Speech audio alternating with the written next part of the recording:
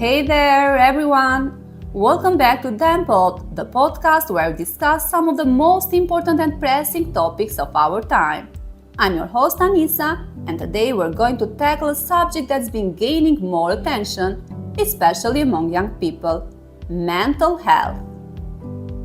We'll be taking a journey through history, looking at how mental health has been understood over time, and then discuss how we can use platforms like podcasting to talk about it. It's going to be an insightful ride, so buckle up.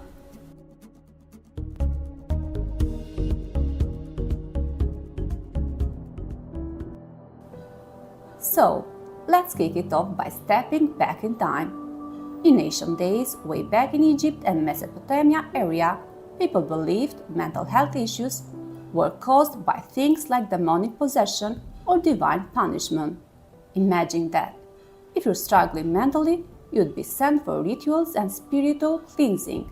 Even today in Albania, some of these rituals still happen, and maybe in our country too. As the year went by, during the time of ancient Greeks, early philosophers such as Hippocrates came along and shook things up. He thought that mental illness was more of a physical issue and not the work of the god. It was still pretty far off from what we know today, but it was the start of thinking of mental health scientifically. Fast forward to the 19th century, Sigmund Freud was the one who introduced the idea of the unconscious mind and said that mental illness might be caused by internal struggles, not just the biology. This was a pretty big deal because it opened the door to understanding how our emotions and thoughts impact our mental well-being. Jump to the 20th century and beyond, and things really started to take off. We began to understand mental health as something influenced by our biology, psychology, and the world around us.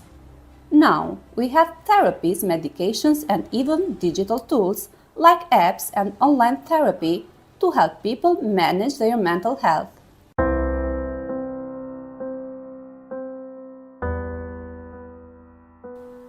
Mental health issues are on the rise, especially among young people, and COVID-19 only made things harder.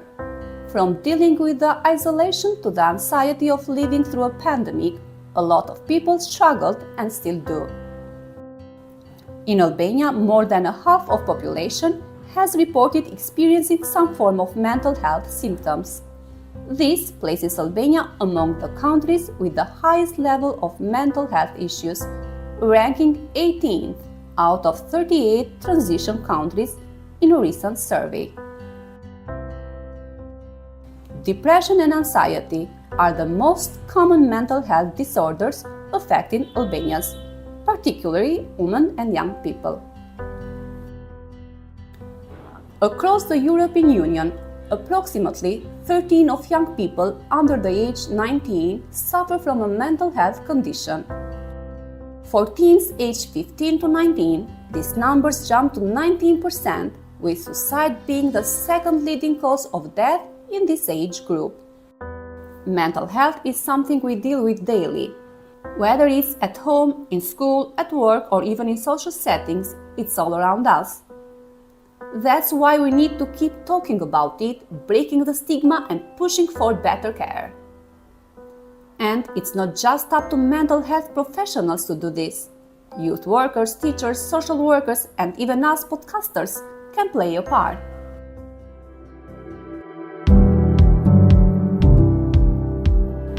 So how can you get started? Start by telling your own story or interviewing people who've experienced mental health challenges. If you're not comfortable sharing personal stuff, you could invite mental health professionals, youth workers, or even activists onto your podcast to give their insights. Discuss topics like mental health history, current therapies, or even future innovations. Remember, mental health isn't something we should shy away from talking about. The more we speak up, the more we break down the barriers that keep people from seeking the help they need. So, Let's keep this conversation going on podcasts, in our communities, and with each other. Thanks for tuning into DemPod, and until next time, take care of yourselves and each other.